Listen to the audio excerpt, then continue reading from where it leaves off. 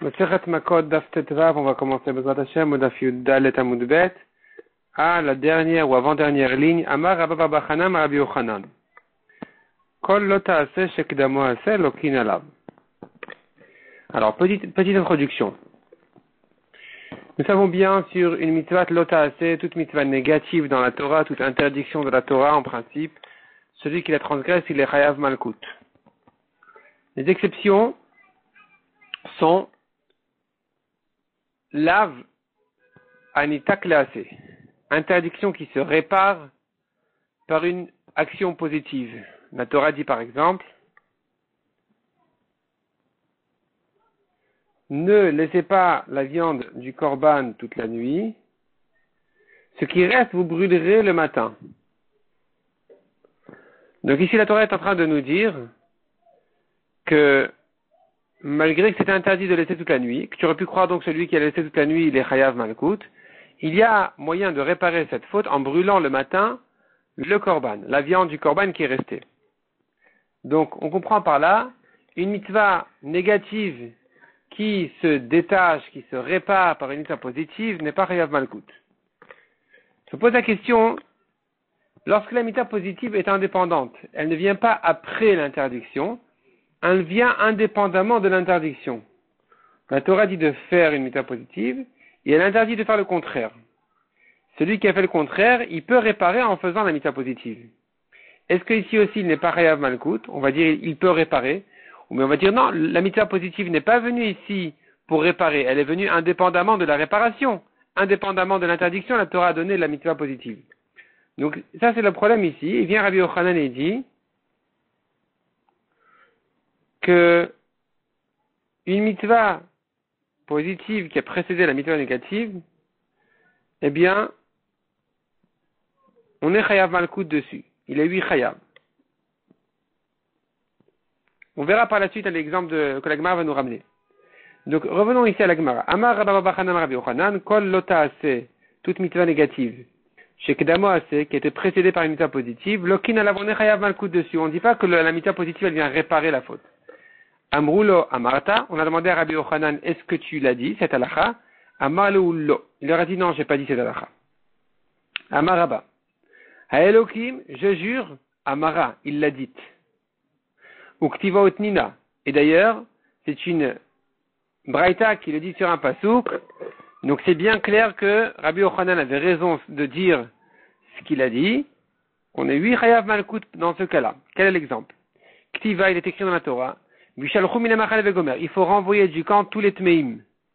Tout celui qui est tamé, il sort du camp d'Israël. Velet amouet machanem, mitzvah négative, ils n'ont pas le droit de rendre impur leur camp. Donc nous avons ici une mitzvah positive qui précède la mitzvah négative. Donc tu comprends maintenant celui qui est rentré dans le camp Betouma, tamé, un homme tamé qui est rentré, il doit sortir. Quand il sort, c'est une mitzvah positive, mais cette mitzvah positive a précédé la mitzvah négative. Elle vient indépendamment de la mitzvah négative. C'est pas parce qu'il est transgressé qu'il doit sortir. De toute façon, il doit sortir. C'est-à-dire, s'il est venu tamé dans le camp, il n'a pas transgressé, et il doit quand même sortir. Nina, et nous avons appris là-dessus, Haba la Migdash tamé. Un homme tamé qui est rentré au Migdash, il est chayav malkout. Donc, tu vois dans la Mishnah, une preuve pour Rabbi Yochanan qui disait qu'une mitzvah positive qui a précédé la mitzvah négative, elle ne la répare pas. Il est chayav malkout. Donc, c'est une preuve pour Rabbi Yochanan. Et alors, pourquoi est-ce que Rabbi Yochanan a dit, je ne l'ai pas dite, cette halakha? Donc, il a maïtama ke adarbe. Pour quelle raison il a changé d'avis?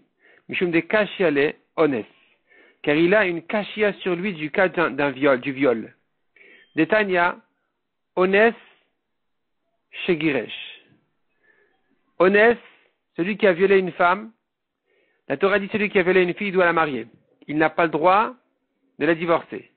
Elle doit rester sa femme toute sa vie. Voilà qu'il a divorcé. Ones, Shegiresh, Im Israelu, s'il n'est pas Cohen, Machazir, il doit la remarier. Venoloke, il est pas tour de Malkout. Im Kohenu, si c'est un Cohen, il ne peut pas la remarier, parce qu'elle est divorcée. Loke Venomarzir.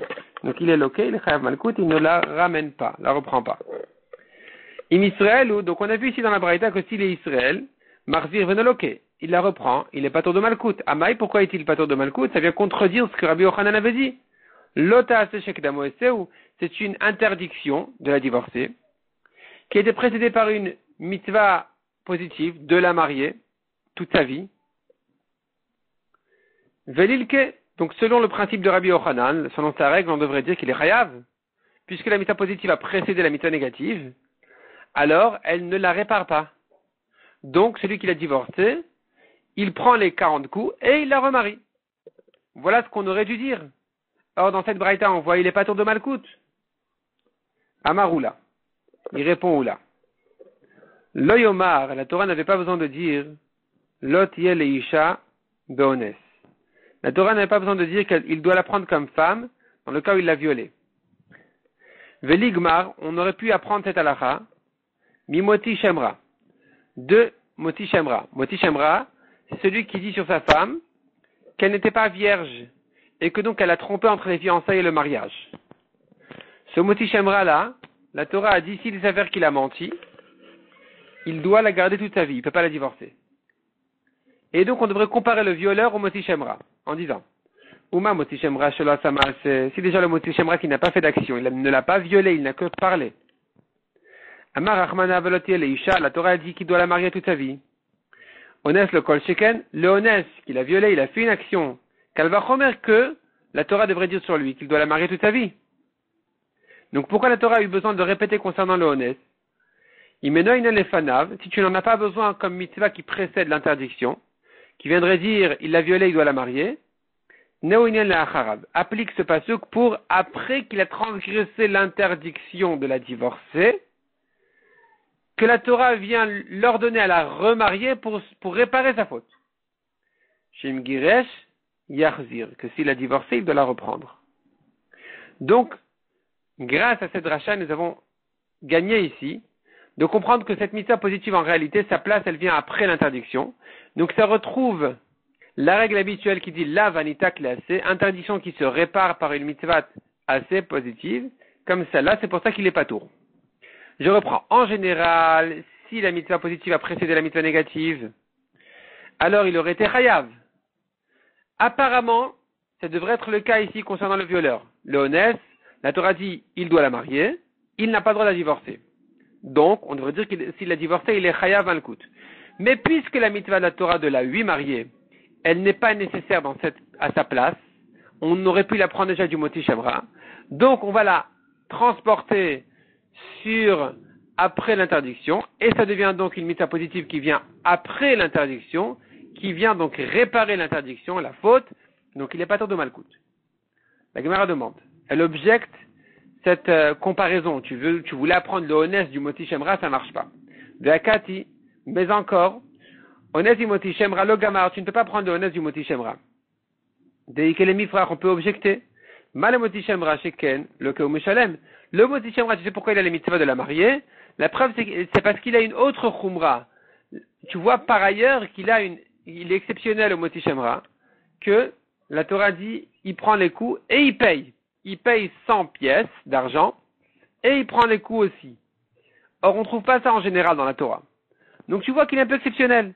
Tu ne peux pas donc le comparer au honès et dire de même que le moti shemra, ou plutôt même si déjà le moti shemra qui n'a pas fait d'action à la mitzvah de la mariée, kalva chomer le honès. Ça marche pas, parce que le moti shemra il est exceptionnel, la preuve c'est que il paye et il prend les coups. Et là répond la Gemara, lo yomar lo tiel isha, le moti shemra. La Gemara dit c'est vrai on ne peut pas prendre le honès du moti shemra, mais le contraire oui. C'était pas la peine d'écrire concernant le moti shemra qui doit la marier. Veligmar me honès, on aurait pu la prendre du cas du honès. Uma honès shenoloke umeshalem.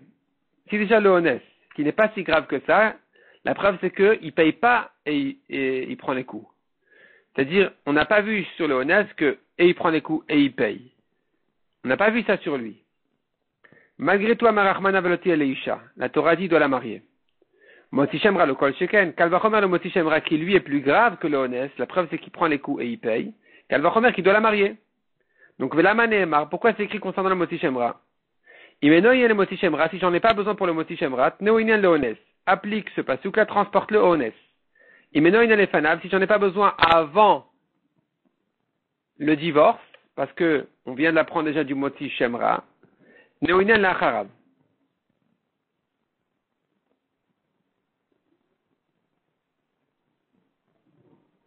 Non, on ne vient pas d'apprendre du Motzi Shemra, puisque la Torah a dit clairement qu'il doit la marier. Si j'en ai pas besoin pour avant le divorce, puisque la Torah a dit qu'il doit la marier, alors applique-le pour après le divorce. Et donc, ça répare la faute. La Gemara objecte ça aussi, elle dit, ou Motzi Shemra me honest. Nami le Gamar, tu ne peux pas non plus apprendre le Motzi Shemra du honest. Dès qu'elle est mifrar, car ça aussi on peut objecter. Mal le honest shekanasama, c'est, le honest a fait une action de viol, tandis que le Motzi Shemra n'a pas fait une action de viol. Donc si la Torah dit concernant le honest de la mariée, c'est pas la preuve concernant le Motzi Shemra qui n'a pas fait d'action. Et là, lo yomar lo tiel isha le Motzi Shemra. La Gemara dit, c'était pas la peine de dire, alors, concernant le Motzi Shemra, elle sera sa femme. Chere ishtoi, car elle l'est déjà. Elle est déjà sa femme. Lama ne'mar, pourquoi la Torah dit, elle sera sa femme? Imeno le Motzi Shemra, tneuinyan le honest. Si j'en ai pas besoin pour le Motzi Shemra, applique-le pour le honest. Vimeno le fanav, si j'en ai pas besoin pour avant le divorce, puisque c'est déjà écrit concernant le honest qui doit la marier. Tneuinyan la harav, alors applique ce pasuk là après le divorce, pour te dire qu'il a réparé sa faute du divorce en la reprenant. Vema, la Gemara dit, mais qui t'a dit de faire comme ça la dracha? Tu pourrais la faire autrement. Vema, je pourrais dire. Veimeno inyan lefanav de Motzi Shemra. Si j'en ai pas besoin pour le Motzi Shemra avant le divorce, puisqu'elle est déjà sa femme. Neuinyan lacharav, applique-le pour le Motzi Shemra. Lacharav d'idée après son propre divorce, que si le Motzi Shemra il a divorcé, il peut réparer sa faute en la remariant. Il n'est pas chayav malkout, de l'olake, il n'a pas de malkout. Et nachenami, oui, c'est vrai effectivement, que ce pasouk-là, il vient rendre patour le Motzi Shemra de malkout en cas de divorce. Et donc, ve'ati ones ve'gamarmine. Il vient le ones et on l'apprend du Motzi Shemra. De même que le Motzi Shemra, il est patour de malkout, de la même manière, le ones, il est patour de malkout, il a divorcé. Parce qu'il peut la remarier. Be'mai gamarmine. Mais comment tu vas prendre le ones du Motzi Shemra? Ibe kalvachomer, ibe mamatzinu, soit par un kalvachomer, soit par un mamatzinu, c'est-à-dire, soit tu vas dire un kalvachomer que si déjà le Motzi Shemra qui est lokeu meshalem, il est pas tour de malkout, kalvachomer le honest. Ou bien tu vas dire un mamatzinu, de même que le Motzi Shemra il est pas tour, de même, le honest il est pas tour.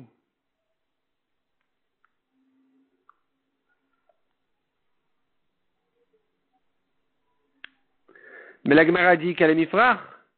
On peut quand même objecter la comparaison du Motzi Shemra au Ones en disant Malé Motzi Shemra Sheken la Samaase.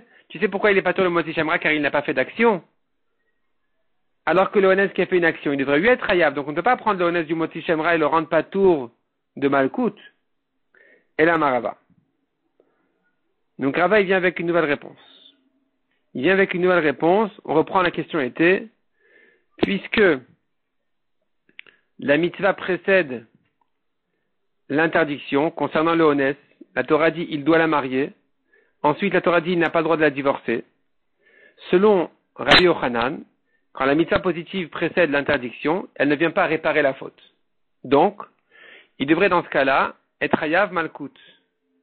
Or, on a vu dans la Braïta qu'il n'est pas tour de malkout s'il a divorcé, car il doit la remarier. Il la remarie et il n'est pas tour de malkout. Donc, comment tu comprends qu'il n'est pas tour de malkout alors que selon Rabbi Yochanan, on devrait dire qu'il est chayav? Il vient Rava et dit la Marava, Kol yamav be'amod ve'achzer. Toute sa vie, elle doit être sa femme, donc il doit la reprendre.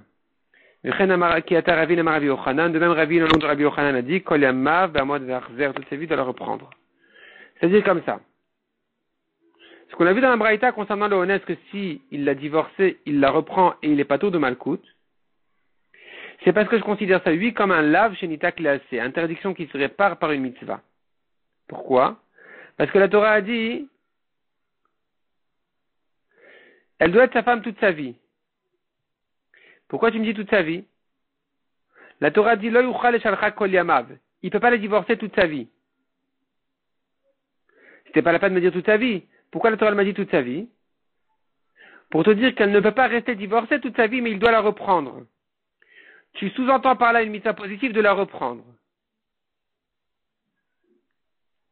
Et donc tu comprends que quand la Torah dit elle doit être sa femme, ça veut dire que s'il l'a divorcée, il ne faut pas que ce divorce reste toute sa vie, il est obligé de la reprendre. Donc tu as été une mitzvah positive après l'interdiction, et donc elle répare la faute. C'est pas comme une mitzvah positive qui précède l'interdiction où je dis qu'elle est indépendante et elle ne répare pas la faute. Non, puisque ici la Torah elle met l'accent sur le fait que le divorce ne doit pas rester comme ça et que donc il doit la reprendre, je comprends par là que ça répare la faute du fait que la Torah elle a dit Kol Yamav. Il ne peut pas la divorcer toute sa vie. Elle ne peut pas rester divorcée toute sa vie, donc il doit la reprendre. Donc c'est une réparation. Amar le Rafapa le Rava. Demande Rafapa à Rava. Veha lo dami lave, les laves de Chassima. Ce que Rabbi Yochanan a dit, une interdiction qui a été précédée par une mitzvah positive, on est chayav malkout dessus. Si la mitzvah positive elle vient avant l'interdiction, pourquoi on est chayav malkout dessus? Pourtant on sait bien que le chiyuv malkout, on le compare au lave des Chassima. La Torah dit lot arsom shor bedisho. N'empêche pas le taureau de manger quand il est en train de battre le blé. Juste après, c'est écrit le cas de Malkout. De là, j'apprends, celui qui a empêché le taureau de manger, il a fermé la bouche, il a empêché de manger, il est Chayav Malkout. Et d'ici, je compare à toutes les autres interdictions de la Torah sur lesquelles il est Chayav Malkout, il faut que ça ressemble à ce lave des Chassima, de l'Otarsom. Maintenant, dans lave des Chassima, j'ai pas une mitzvah positive qui précède l'interdiction. Donc, si c'est écrit dans le lave des Chassima, il faut que le taureau puisse manger quand il bat le blé. Tu n'as pas le droit d'empêcher de manger. Là, et s'il l'a fait, il est chayav malkout. Là, Rabbi Yochanan aurait eu raison de dire, toute mitzvah positive qui précède l'interdiction le rend chayav malkout. C'est-à-dire, l'interdiction le rend chayav malkout malgré la mitzvah positive qui l'a précédée. Mais c'est pas le cas. Dans l'ave des chassima, on n'a pas de mitzvah positive. Donc, on devrait dire que, si j'ai une mitzvah positive, ça ne ressemble pas au lave des chassima. Je devrais dire donc qu'il est 8 chayav malkout. Alors, Rabbi Yochanan a dit, et je devrais dire donc qu'il n'est pas chayav malkout parce que ça ne ressemble pas au lave de Chassima. Or, Rabbi Yochanan a dit qu'il est chayav. D'où il sort ça, que ce soit chayav? Amar, il lui a répondu, Mishum de katav de Rachmana aseetera. Est-ce que la mitzvah positive de plus qui s'ajoute sur l'interdiction migra gara, ça va raffaiblir l'interdiction et le rendre patour de malkout?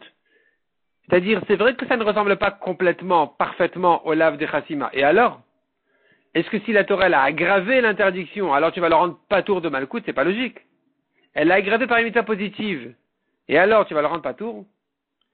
Yachi, si c'était comme ça, demande la Gemara. Lav shenita classé nami.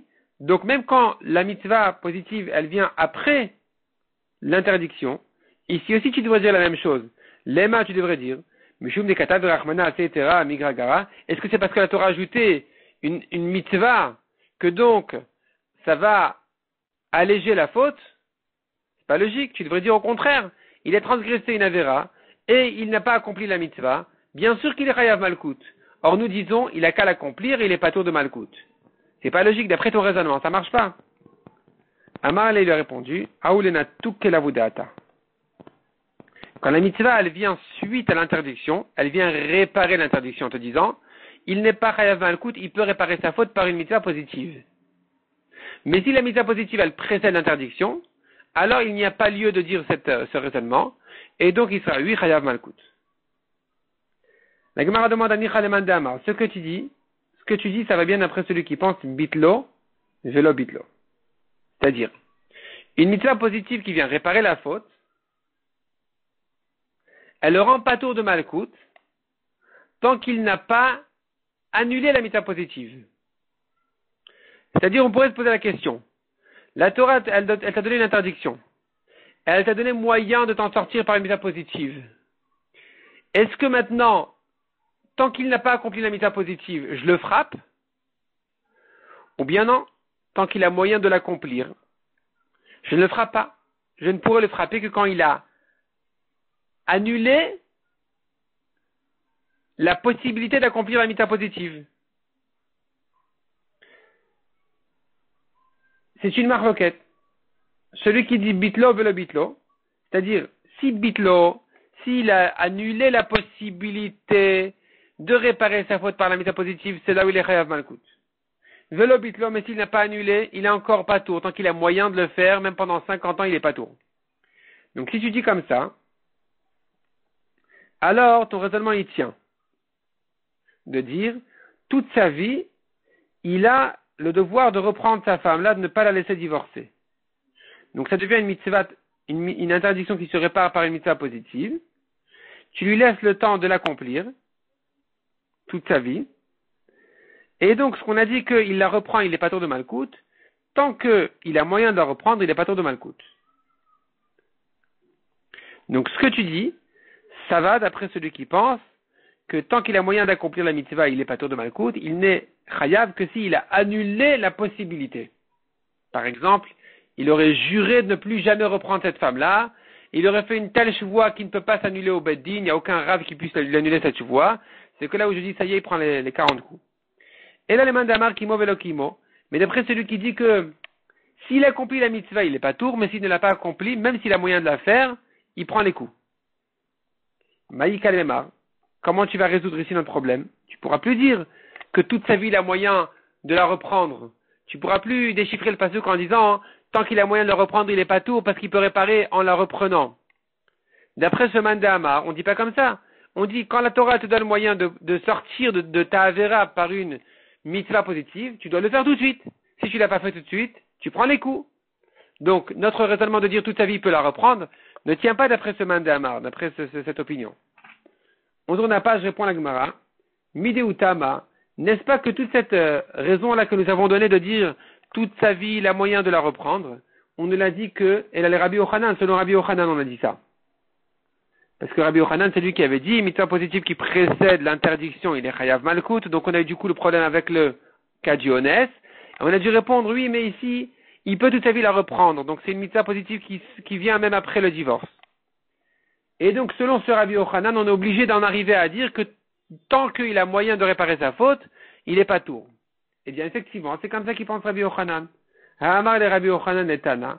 C'est bien Rabbi Yochanan, lui, qui a dit à son élève, Tane, il faut que tu enseignes dans la Braïta, Bitlo Chayav, s'il a annulé la possibilité d'accomplir la mitzvah positive qui répare sa faute, c'est là qu'il est Chayav Malkout. Velo Bitlo pas tour, mais tant qu'il ne l'a pas annulé, qu'il a moyen de le faire, il est pas tour. Donc ça s'arrange bien avec ce que Rabbi Yochanan disait, que toute sa vie il peut reprendre cette femme-là, donc il n'est pas tour de Malkout, puisque Rabbi Yochanan pense de manière générale concernant une mitzvah positive qui répare la faute, tant qu'il a moyen de la faire, il est encore pas tour du Malkout. Et là, la Gemara nous ramène donc cette discussion-là. Des Tana Kamed Rabbi Yochanan. Il y a un Tana, c'est un élève qui connaît beaucoup de Braïtot, qui avait ramené une Braïta devant Rabbi Yochanan, qui disait, Kol mitzvah tata'aseh sheyesh ba kumase. Toute mitzvah négative sur laquelle il y a une mitzvah positive, pour la réparer, c'est-à-dire, Kiyem aseh sheba patour. S'il accomplit la mitzvah positive, il est patour. Patour de Malkout. Bitel aseh sheba, s'il a annulé la possibilité d'accomplir cette mitzvah positive, c'est fini. Chayav. Chayav Malkout. Amar le Rabbi Yochanan a dit à son élève, comment tu enseignes ta braïta? Ça marche pas c'est une braïta qui se contredit. Pourquoi? Maïke Amrat, qu'est-ce que tu dis ici? Si tu dis il a accompli, il est pas tour, tu devrais dire s'il ne l'a pas accompli, il est chayav tout de suite. Si tu dis s'il a annulé la possibilité, il est chayav, tu devrais dire tant qu'il n'a pas annulé la possibilité, il est pas tour. Pas s'il l'a accompli, il est pas tour. Même s'il n'a pas accompli la mitzvah, tant qu'il a moyen de la faire, il est encore pas tour. Donc ici, ta version n'est pas claire, elle n'est pas précise. Maïke Amrat, que dis-tu? Qui aime patour, le qui aime chayav. S'il a accompli les patours, mais s'il n'a pas accompli, il prend les coups tout de suite, même s'il a moyen de le faire.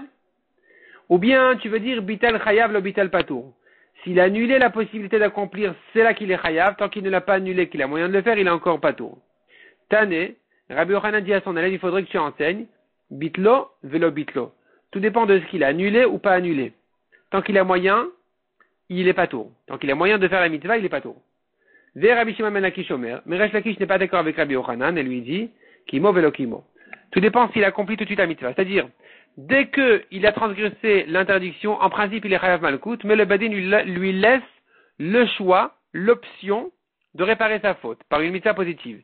S'il l'a faite, tant mieux, sinon il prend les coups tout de suite, même s'il a encore moyen de la faire. Bemaï kaniflagé, quel est le fond de leur marloquette? Quelle est la raison de leur marloquette? Batrat, ça fait kaniflagé. Alors marloquette, elle est sur un avertissement dans le doute. Est-ce que tu le considères comme un avertissement ou pas? C'est-à-dire, pour frapper quelqu'un qui a fait une avéra, il faudrait l'avertir avant l'avéra. Maintenant, si tu l'avertis, mais il y a un doute dans ton avertissement. C'est-à-dire, c'est pas évident que s'il va le faire, qu'il sera chayav. Est-ce que c'est considéré comme un avertissement ou pas? Marsavar atrat efek shma atra. Rabbi Yochanan y pense, un avertissement dans le doute est considéré comme un avertissement. Donc maintenant, quand tu lui dis, sache que si tu vas la divorcer, tu prendras les coups. C'est un avertissement malgré que on ne sait pas s'il prendra les coups, parce qu'il se peut qu'il puisse la remarier et que donc il sera encore pas tour. Tant qu'il n'a pas annulé la possibilité de la remarier, il est encore pas tour. Dès qu'il a annulé la possibilité de la remarier parce qu'il a juré de ne plus la reprendre, là, il est chayav rétroactivement pour l'avertissement qu'on lui avait donné à l'époque quand il avait divorcé. Alors que cet avertissement a été donné dans le doute. Donc tu vois qu'un avertissement dans le doute est considéré comme un avertissement selon Rabbi Yochanan. Oumar Savar mais Rabbi Shimon ben Lakish y pense. Adra Safek Loshma Adra, c'est pas considéré comme un avertissement puisque tu ne dis pas les choses clairement. Tu peux pas lui dire si tu fais cette avéra, tu prends les coups. Or ici, il devrait lui prendre des coups un jour ou l'autre. Donc pour Resh Lakish, il faut dire, dès qu'il a divorce, il mérite les coups. Il a moyen de s'en sortir s'il la remarie. Mais les coups, il les mérite tout de suite, donc c'est considéré comme un avertissement sans doute. Parce qu'il les mérite dans l'évidence, en certitude. Il mérite tout de suite les coups. Il a moyen de s'en sortir, mais la véra, elle a été faite. Simplement, il peut la réparer. Alors que si tu disais, tant qu'il a moyen de la reprendre, il n'est pas tour, alors tu aurais eu un problème sur Resh Lakish, parce que l'avertissement rentrerait dans une catégorie de doute. Tu l'avertis, mais tu ne sais pas s'il va divorcer, est-ce qu'il sera chayav ou pas, parce qu'il pourrait encore avoir le moyen de la reprendre. Or, selon Resh Lakish, dans ce cas-là, c'est pas un avertissement. Même s'il a juré de ne plus le reprendre, tu ne peux plus le frapper, parce qu'il n'a pas été averti correctement. Or, on sait bien qu'il prend lui les coups. Donc, il faut dire, selon Resh Lakish, que sur la véra, déjà, il mérite les coups. Simplement, il pourrait réparer, s'en sortir si il la reprend tout de suite. Cette marloquette de Rabbi Yochanan et Resh Lakish, ils suivent chacun sa ligne de pensée. Un homme qui jure de manger ce pain aujourd'hui. La journée est passée, il ne l'a pas mangé. Rabbi Yochanan et Resh Lakish d'Amre Tarvayu et Noloke. Et Rabbi Yochanan et Resh Lakish, les deux ils disent il est pas tour de Malkout, malgré qu'il a transgressé sa chevoie. Mais chacun a une autre raison. Rabbi Yochanan et Noloke, Mishum, d'Avelav Shen Momaase. Selon Rabbi Yochanan, il est pas tour. Pourquoi? Parce qu'il n'a pas fait d'action. Il n'a pas mangé le pain. Donc il n'a pas fait d'action. Il a transgressé passivement sa chevoie. Sur ça, on ne fera pas une avéra qui n'a pas été faite avec une action n'est pas chayav malkout dessus. Resh Lakish omer enoloke. Selon Resh Lakish, tu sais pourquoi il est pas chayav malkout, mishum d'avat rat safek. Car l'avertissement vient dans le doute. Quand tu l'avertis, attention, si tu ne manges pas, tu vas prendre les coups. C'est un doute. Parce que jusqu'à la fin de la journée, il peut encore manger. Il peut ne pas manger maintenant et quand même être pas tour de malkout s'il mangea avant la shkia. Donc, l'avertissement ici vient dans le doute. Tu ne peux pas l'avertir en disant si tu ne manges pas maintenant, tu prendras les coups. C'est faux. Il peut ne pas manger maintenant et manger plus tard avant la fin de la journée. Donc, c'est considéré comme un avertissement dans le doute et c'est pour ça qu'il ne prend pas les coups. Selon Resh Lakish, ce n'est pas un avertissement, donc il n'est pas tour de malkout. Mais pour Rabbi Yochanan, c'est pas ça la raison de rendre pas tour. Pour Rabbi Yochanan, la raison pour laquelle il n'est pas tour, c'est parce qu'il n'a pas fait d'action. Tu sous-entends de là que le fait que l'avertissement vient dans le doute, c'est pas un problème. Pour Rabbi Yochanan, il aurait pris les coups. S'il avait fait une action, il aurait pris les coups malgré que l'avertissement vient dans le doute. Donc voilà que la marloquette Rabbi Yochanan et Resh Lakish, comme on a vu, est-ce qu'un avertissement dans le doute est considéré comme un avertissement ou pas? Selon Rabbi Yochanan, oui. Selon Resh Lakish, non. Mais dans le cas de la chevoie, tout le monde est d'accord qu'il est pas tour de toute façon, parce que selon Rabbi Yochanan, il n'a pas fait d'action. Selon Resh Lakish, car l'avertissement vient dans le doute et que c'est pas considéré comme un avertissement dans ce cas-là.